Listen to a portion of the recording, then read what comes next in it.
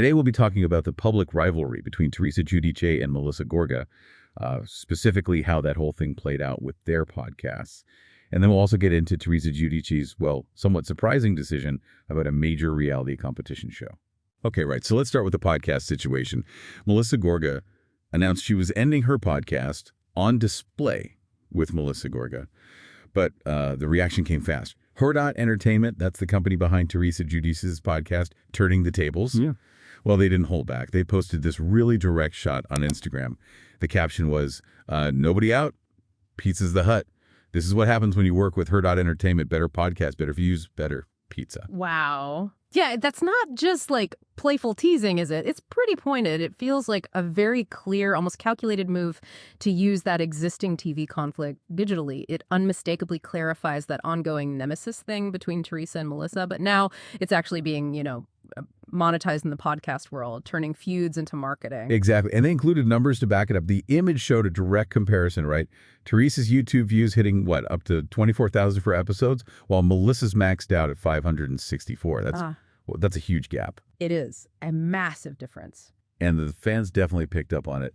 The comments were things like, that's the real reason she's shutting down her podcast. And makes sense why Melissa left her podcast. Yeah, those reactions, they don't just reflect the story, they kind of amplify it, right? It creates this whole feedback loop. It demonstrates the real impact of public perception, how social media lets viewers sort of jump in and reinforce the whole drama. They really get behind one side or the other.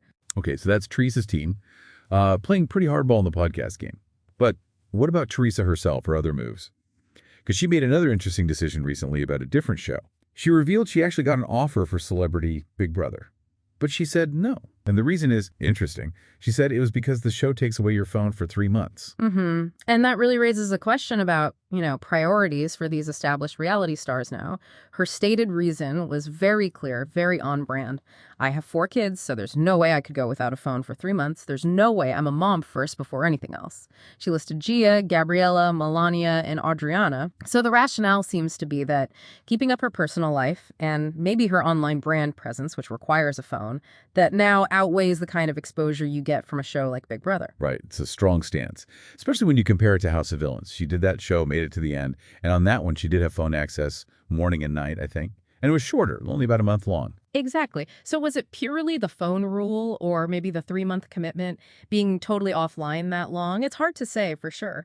But connecting it to the bigger picture, it really demonstrates the different demands these shows have and how personal priorities, maybe even business priorities, influence who participates. For someone established like Teresa, maybe being dark for 3 months, losing that direct social media connection, the ability to post content is